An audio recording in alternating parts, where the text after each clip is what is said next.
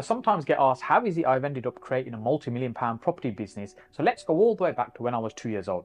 I'm only kidding. We're not going to go that far back. Even though I was fairly entrepreneurial as a kid, and really what drove me there was this sense that why is it that we can't afford to do some of the nicer things that many of the other kids were doing at school? And it really got me thinking about how is it we want to create money.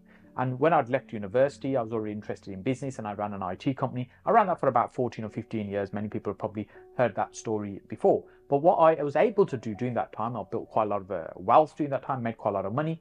But unfortunately, what I ended up doing, due through a series of bad decisions on my part, really, I ended up putting that business in quite bad shape. And ultimately, the whole thing imploded. And even though I'd made quite a lot of money, I pretty much lost everything. I started again from zero. So in my mid-30s, at that point, with no money, I was looking around thinking, what is it that I need to do that will be something that will not just give me an income, but will outlast me, will be generational, that will continue to create income. And property was the thing that was coming back again and again. My belief always had been that you're going to need quite a lot of money to get started in property. And I certainly didn't have money at that time to be thinking about property. However, there was a lot of people I knew, a lot of friends, clients, associates, they were all making money from property. This is about 2006 at that time. Now, what I also realized was many people were making money from property at that time. When I look back now, it's because the market was just rising, the prices were going up very quickly, and people are just investing in property. So the challenge and the thought for me at that time was, how do you get started if you haven't got very much money at all? And I started looking up and learning a little bit about property. This was pre-Facebook. There was very little online. There were a few forums that existed, maybe a few property network meetings around the country, but pretty much that was it. So what I ended up doing was going around to a few of these networking events, and I started hearing people talk about you can buy properties for £1, you can buy houses no money down, and you can control properties. There was all these interesting concepts that were blowing my mind I'd never come across before, and I'd never heard of before either. So I was learning this little bit of information, and at that time the biggest challenge was a lack of information, a lack of knowledge, a lack of understanding. That was really the thing I was struggling with the most. So, I'd go along to these events, and, I'd learn all this stuff, and I'd learn about you can buy a house for £1, and I'd go back and I'd be telling my wife, we're going to be millionaires this time next year. I found the solution to our problems. And I've done this a few times. The following month, I might be talking about, forget the pound. We've now found a different solution. We're going to be able to buy properties, no money down. We're going to get houses for free. And pretty much after a little while, although she's very supportive, we got to the point where she'd be saying to me, maybe you need to be thinking about getting a proper job. We've got a family to support, and maybe this property thing isn't working. We're not quite cut out for it as well. And, inside I just had this burning desire. I need to keep going. I need to find a solution. And I'm very driven. I'm very obsessive. But sometimes you can be as driven and obsessive as you want, but you seem to be doing all the right things, but you're banging your head against the wall and not really getting a different result. You're struggling to make progress. And that's really where I was. I kind of struggled in that space for a while. And I think it was because I was learning a lot of different techniques and strategies to make money. I didn't have money, so I had these belief issues as well. Imposter syndrome all going on all at the same time, thinking I'm with all these other property people, they're all doing really well, and I'm trying to be in with them, but I'm really struggling just to really get by. And I'm talking about buying property and putting a roof over tenants' head, and I'm struggling to keep a roof over my own head. So all these challenges were going on, and I was feeling frustration as well, and not getting the results meant that, it was it was hard going back to say to my wife, and look, I think this time next month we should be able to be improving. We should be able to get moving forward. But all the time I was struggling, and the real reason was because I was dipping my toe in different strategies, trying different techniques, but really not getting the results. And that's because I hadn't immersed myself in one strategy to get that to work. And I'd also meet at these networking events some people that are really successful, doing very well, and many of them part of different mastermind groups and programs where they had a mentor, someone to guide them. And I'd find out about these programs and how much they cost, and it was an eye-watering amount. And I think that's a deposit on a house that you have to pay a mentor to guide you through this process. And I certainly was in a position to do that. And I've made some very good friends along the way, and I was learning this stuff, but as I said, struggling to get results. And somebody that who I'm forever grateful for was thinking about joining one of these mentoring programs, and we'd become friends. I'd made the decision that actually, if we join together, as i.e. a partner, you get a deal on the program. The program was going to be a little bit cheaper. But what he effectively did, he invested in the program. I came on with him as a partner. So effectively, we joined this program together. And when I'd got home and I'd realized what we'd actually done, when I'd committed to this thing and I had no money, and somebody else who'd effectively paid on my behalf, I was literally physically sick. And the realization that I'm already struggling, I've barely got a penny to my name, and now we've committed to this other major financial commitment as well. But when I look back now, I've got to honestly say that's probably one of the best decisions of my life, because it completely changed the course of direction for where I was going. Because one of the things that really helped when I sat down with my mentor, who was helping and guiding me at that time, it was to help me understand what I lacked was focus. What I was doing, I had a scattergun approach. I was literally all over the place. And what the focus helped me do, or what he enabled me to do, is get focused, put the blinkers on, and really not get distracted by all the noise and all these other things that are going on. And over these 2 years or so that I was struggling to get deals and move forward in property, what I found was I got very good at speaking to people, sitting down with them, talking about their property challenge and maybe coming up with a solution. I wasn't really going any further because I felt, I haven't got the money to buy their property. I feel a bit guilty if I'm talking to them about how I can help them solve their property problem, but if I'm not really in a position to buy it. And what my mentor helped me do was really focus my energy and effort into doing more of that, but then making sure I see that all the way through and selling those deals on. So really the journey started with finding good quality deals. And what I mean by a good quality deal, where there's an opportunity to make profit from that property, and selling that opportunity on somebody else, £2,000, £3,000, £5,000, whatever it might be. And that really helped, because it started just covering my overheads and, put food on the table really.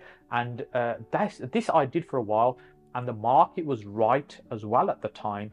What I mean by that is there were a lot of great deals around. It was very easy to find good deals, and what I was doing, find the best of those deals, and then it was so much easier selling those deals on. However, there was a period, because the market was still falling, people were really reluctant to buy, and but I quickly built relations with people who'd buy deals from me again and again. And then, this helped, but then also there was a realization was actually what I'm doing is exchanging my time for money. Every day I'm getting up looking for deals, negotiating with sellers, trying to put something together, trying to sell this deal on to somebody else, but ultimately finding that unless I'm up there, out there every day grafting, nothing was going to happen and no money was going to appear in the bank account, that I'm going to have to graft every day. And I remember at one point we had this one deal, which I thought was a really good deal. And somebody was about to get their house repossessed. And I've been talking to him for months about trying to get the repossession stopped and help him as well, so he could move on with his life. And then I'd speaking to an investor about buying this deal. And when we were having the conversation, although he'd purchased property from me before, he was a little bit unsure about the numbers, i.e. how much rent I think we were going to be able to get from the property, what the costs are going to be to get the property right and rentable. It wasn't a huge amount, but still he wasn't really confident, and he was unsure about doing this deal. And I was thinking, this guy over here is going to get repossessed, he's going to lose his home. We've been talking for months about how we can maybe try and prevent that from happening. My potential investor is going to lose out on what I think is a really good deal, and I've just done months of work and I'm not going to get paid a penny or diddly squat for it. So it really, in that moment, what I'd said to him was, well, look, I tell you what, you just buy this property and I will promise you I'll deliver those numbers. And if we're able to deliver those numbers, it means that person won't get repossessed. They'll be able to move on with their life. You'll get a deal, and I'll make sure that we deliver on those numbers. And if it works, then we can sort something out. And he ultimately said to me that, well, look, if it works, I'll share the profit with you if we can get those numbers to work. And that really was my first accidental joint venture. So I started then by sourcing property, and then I transitioned into really buying single let properties with a partner. Now what this did, it started putting a little bit of money in the bank account each month. It wasn't a huge amount, 20, 30, 40 pounds as my share of the rental profit from that deal. And although that was nice that there was at least some money coming in, if nothing else, it pays for the mobile phone bill, it was something coming in. And when I started doing deals like that, and I started looking back after a while, I also then thought, how many of these I'm going to have to do before I can at least pay my overheads? I can at least get by and all my costs are covered each month. And it got to a point where I realized, actually, you're going to need hundreds of these really to have any kind of comfortable life. And I had no desire to have a portfolio of hundreds of properties. I knew of other people that did have sizable portfolios like this. And it's not easy running and managing those, and plus all the headache and the debt that comes with them. So what I started to do next was look at how can I possibly get more money out of each property. I increase the amount of income that each property generates. And I started looking around. There's somebody not that far from me that had a massive portfolio of HMOs. It was properties that they were renting out to tenants on a room by room basis. And they literally had about 1,000 tenants. And what I could relate to is when I was at university, when I was living with 3 other friends, we were sharing a house. So I understood the concept about a house share. And this person had a huge portfolio of property, and I thought, maybe there's a thing or two I can learn about this from them. And I went to see him, and to be honest, they were really helpful and really open. But what it also did, it just scared the life out of me, because the type of tenants that were in the properties and they were managing, let's say, it was quite a challenging situation in terms of managing those type of tenants in those properties. And then it got me thinking about, look, yes, I want to try and create an income, but I want to try and enjoy life a little bit as well and not be in a constant stress situation. So I kind of parked the idea for a little bit. But then a few months later, I'd heard about somebody else who was doing HMOs, but doing much more higher quality ones. And I didn't understand there was even a market for something that was more nicer. And then I went to see him. He was based up in Leeds, and I looked at some of his things that he was doing, and that really opened my eyes up to what was possible with a shared house. That you could actually have more nicer tenants, if you like, living in a shared house, and you could create more income from that because they're willing to pay more. You create a nicer product for them.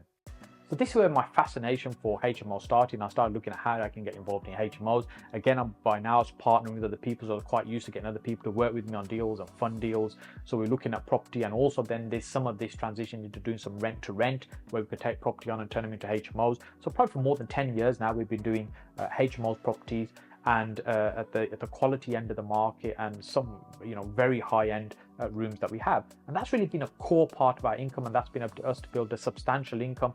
A lot of the property we own, some of it we lease as well, so that's given us a lot of equity and wealth within that business.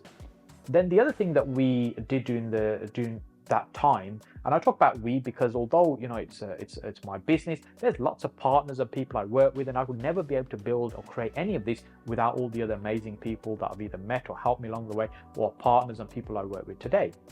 Now, in our business today, when we think about making money from property, we talk about the 3 ways, which is cash flow, you're cashing out, or you're building your equity. So when we were doing the first partnerships, if you like, when we buying that little family house and I was earning 30, 40, 50 quid a month, they're really equity deals. What that means is in 10, 15, 20 years time, they'll be worth significantly more, and there'll be a nice chunk of equity there for us. But it's not really going to pay the bills. It's not something that's going to allow you to live each month to month and have a regular income coming in that you're not having to work for. But the HMOs, this was a way that you could start getting a really good income each month. So properties were typically £800, £1,000, in some cases £1,200 a month, that we're making profit from a single property. So you can just imagine, for many people, you barely need a few of these and you're already in a financially free position. So they helped us massively in terms of changing our life around and the income that we were generating. But as the business started to grow, the HMO business, and as I said, we've been doing this for about 10 years now, as that business started to grow, one of the things that I really struggled with was more and more my time is getting sucked into just managing those properties on a day-to-day basis. So I'd gone from property investor to property manager, effectively back to exchanging my time for money. So what that meant was on a day-to-day basis, I was going out doing viewings, moving tenants in, moving somebody out, dealing with challenges, chasing somebody out and pay the rent, dealing with repairs. So my whole day would get occupied doing this. I probably did this for probably 8 or 9 months before I realized that actually I need to do something different. Otherwise, what's going to happen is I'm going to end up in a situation where in 5 years' time I look back and I've been doing the same thing. And that's not really where I want to be. Yes, we're making a great income, but I want to enjoy life as well and have some time with the family, which is really my basic drive and objective in the first place. So then I got started taking staff on, part-time staff, and first 1 person, then 2, then 3, and that team's now grown over time. It's enabled me to kind of delegate a lot of those duties and not deal with that. But then it also freed me up to do other strategies like flips, which is a strategy I really enjoy. So these are what I call the cash out strategies, where we're buying a property, we're renovating, we're selling it on, and that brings us a nice chunk of profit. So the flips always run alongside of what we're doing, and they're always been opportunistic. By that, what I mean is when the right deals have come along that really fit into that category, we take those and run with it. And because it's not something we're keeping for the long term, we're essentially just going to add value and sell that property on and take the profit. Getting to that point took a huge amount of blood, sweat and tears, just trying to build something literally almost brick by brick to get to the point where there's enough income coming in to be able to pay the bills and so I can take a break. And even taking a first family holiday, it was several years as I got into this business before I took my first family holiday. And just really the challenges of just being obsessed in trying to build this business. But the key learning has really been the relationships we've built. And as that business had grown, that gave us the income, the financial freedom, if you like, then the business at that point exploded into doing lots of different things. So for example, from then, we went on to do converting commercial properties, residential. We've done a lot of creative deals like your lease option strategies, assisted sales, things like that. Service accommodation, more recently, the last few years, we had that's now a substantial part of the business. New build property is also something that we've been involved in as well. And now we're looking at smaller hotels, 20, 30, 40 bedroom type hotels that we can bring into our business. So all of these things have evolved, but it all comes back to that thing I mentioned earlier on. The biggest difference that my mentor made to me in the journey to being able to go from zero to millionaire, if you like, the thing that really helped was the focusing on one thing, do that well, do that really well before we move on to something else. And that core skill of finding deals, sitting down with sellers, negotiating deals with them and committing to something and overseeing it and making sure we deliver on that promise is still a core part of the business. The only real difference now is we don't find deals to sell to other people. We find good deals that we do ourselves in our business. I'd love to know your thoughts on my journey. If there's something you want to learn more about, a particular type of strategy that we've done and why we've done certain strategies at a certain time, because really, you'll hear me often talk about the only certainty in property is constant change, i.e. the market's always changing and evolving and we need to adapt with that. So the type of strategies we do will evolve slightly over time as well. If you want to learn more about any specifics around what I talked about, just pop in the comment section below. Maybe we can do another video, because this video could have been 5 hours long, but we tried to condense it into what I think would really help explain the journey, the path that I followed. That's what's got us here today. And before I wrap up, the one thing that I often get asked is, if I was starting again, what would I do differently? So if somebody's starting brand new right now and you're thinking, what can I take and learn from this journey? And I'd say the key learning is focus on one thing, do that really, really well. Be obsessed and be the best you possibly can in that thing. And in property, there's so many opportunities to make money, but you can't make money from all of them at the same time. So it's doing one thing well, build the foundation before you move on to something else. And regardless of whether you're starting with a huge amount of money, a little bit of money, a lot of time, a little time, there's various different strategies that can really work. But for me, always come back to the ability to be able to find good deals. If you're great at finding deals, everything else will fall into place. The reason we'll be able to build a business, because when we had good deals, people would invest with us because we could show how we're going to make money for them, and that's how we attracted that investment. But if we didn't have anything really to bring to the table, we didn't have great deals, why would somebody invest with us? It doesn't make any sense. So we're bringing good value to the table. We were promising certain things, we were delivering on those things and being consistent on that, and that's really what's helped us grow to get to where we are. So I recognize this video is a little bit different to the ones I normally do, but if you have enjoyed it, then do me a favor, click on my face over here to subscribe to the channel. And once you've done that, then click on this video over here, which shows you one of our HMOs to give you an idea of the quality and the type of finish we create, which has really been the bread and butter of building our business from 0 to a million. Look forward to seeing you next on this video.